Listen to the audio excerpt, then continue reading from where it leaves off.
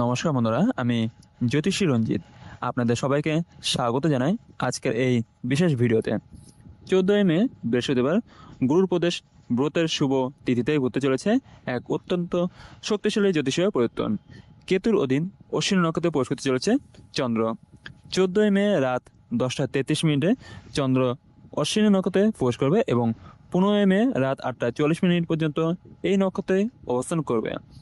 অশ্বিনী নক্ষত্রকে বৈদিক জ্যোতিষে দ্রুত সাফল্য, নতুন সূচনা, সৌভাগ্য এবং হঠাৎ পদোন্নতি প্রতীক হিসেবে ধরা হয়। আর চন্দ্র যখন এই নক্ষত্রে প্রবেশ করে তখন মানুষের মন, ভাগ্য, অর্থ এবং কর্মজীবনে বিশেষ প্রভাব পড়ে। বিশেষ করে এই গোচরটি ছোট রাশির জাতক জাতিকার জীবনে বড় পরিবর্তন আনতে চলেছে। অর্থ লাভ, চাকরি উন্নতি, ব্যবসা সাফল্য, আগ্রহ কাজ সম্পন্ন হওয়া এবং জীবনের নতুন সুযোগ আসার প্রবল সম্ভাবনা তৈরি হচ্ছে। তবে শুধু ফল নয়, এ সময় কিছু সতর্কতাও মেনে চলা খুবই জরুরি। কী করবেন, কী করবেন না এবং কোন প্রতিকার করলে আরও সুফল পাবেন সেটাও আজকে এই ভিডিওতে বিস্তারিত জানাবো। তাহলে চলুন আর দেরি নয়, শুরু করা যাক। প্রথম রাশি মেষ রাশি। মেষ রাশি জাতক জাতির জন্য এই চন্দ্রগোচর অত্যন্ত সুফল নিয়ে আসবে, কারণ অশ্বিনী নক্ষত্র সরাসরি মেষ রাশির সঙ্গে যুক্ত। ফলে ভাগ্যের জোর অনেকটাই বেড়ে যাবে। বহুদিন ধরে আটকে থাকা কাজ হঠাৎ সম্পন্ন হতে পারে। কর্মক্ষেত্রে আপনার পরিশ্রমের মূল্যায়ন পাবেন। অবশ্যই আপনার নতুন দায়িত্ব বা পদোন্নতির সম্ভাবনা রয়েছে। যারা ব্যবসা করেন তার জন্য সময় আরও শুভ। নতুন ক্লায়েন্ট, নতুন অর্ডার বা হঠাৎ অর্থ লাভের সম্ভাবনা তৈরি হচ্ছে। অর্থনৈতিক চাপ কমবে এবং সঞ্চয় বাড়বে। পারিবারিক জীবনেও সুখ ও শান্তি বজায় থাকবে। প্রেমের সম্পর্ক আগে থেকে আরও মজবুত হতে চলেছে। কি করবেন এই সময়? এই সময় নতুন কাজ শুরু করুন, ভগবান শিবের পুজো করুন এবং বড়দের আশীর্বাদ নিন। এবং এই সময় কি করবেন না? রাগে বসে কোনো সিদ্ধান্ত নেবেন না। অহংকার বা তাড়াহুড়া থেকে দূরে থাকুন। এই সময় কি প্রতিকার পালন করবেন আপনারা? প্রতিদিন সকালে ওম কেতবে নমঃ 108 বার জপ করুন এবং গরিব মানুষকে সাদা খাদ্যদ্রব্য দান করুন। দ্বিতীয় রাশি মিথুন রাশি। মিথুন রাশির জাতক জাতিকের জীবনে এই গোচর নতুন সুযোগ নিয়ে আসবে। মানসিক অস্থিরতা কমবে এবং আত্মবিশ্বাস বাড়বে। দীর্ঘদিন ধরে যে কাজ নিয়ে চিন্তায় ছিলেন সেখানে ধীরে ধীরে সাফল্য আসতে শুরু করবে। চাকরির জন্য সময় শুভ। অফিসে আপনার কাজে প্রশংসা হতে পারে। নতুন চাকরির সুযোগও আসতে পারে। ব্যবসার জন্য এই সময় লাভজনক, বিশেষ করে যোগাযোগ এবং অনলাইন ব্যবসার বড় লাভের সম্ভাবনা রয়েছে। অর্থনৈতিক ক্ষেত্রেও উন্নতির যোগ রয়েছে। আটকে থাকা টাকা ফেরত পাওয়ার সম্ভাবনা তৈরি হচ্ছে। পরিবারের আনন্দের পরিবেশ থাকবে। এই সময় আপনারা কী করবেন? নতুন পরিকল্পনা নিয়ে কাজ শুরু করুন। প্রতিদিন সকালে ধ্যান করুন এবং এই সময় কি করবেন না? কারোর সঙ্গে তর্কে জড়াবেন না।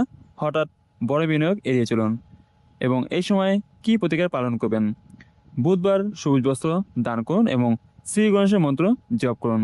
ওম গং গণপতয়ে নমঃ। তৃতীয় রাশি সিংহ রাশি। সিংহ রাশির জাতক জাতিকার জন্য এই সময় অত্যন্ত শক্তিশালী হতে চলেছে। আপনার আত্মবিশ্বাস এবং নেতৃত্বের ক্ষমতা অনেক বেড়ে যাবে। সমাজের সম্মান এবং পরিচিতি বাড়তে পারে। কর্মক্ষেত্রে বড় সুযোগ আসতে পারে।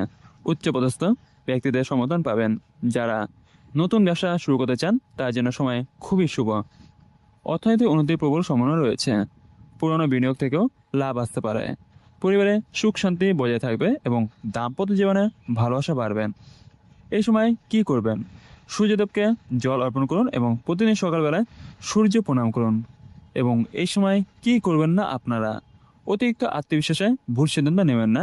কারোর অপমানও করবেন না। এবং এই সময় কি প্রতিকার করবেন আপনারা?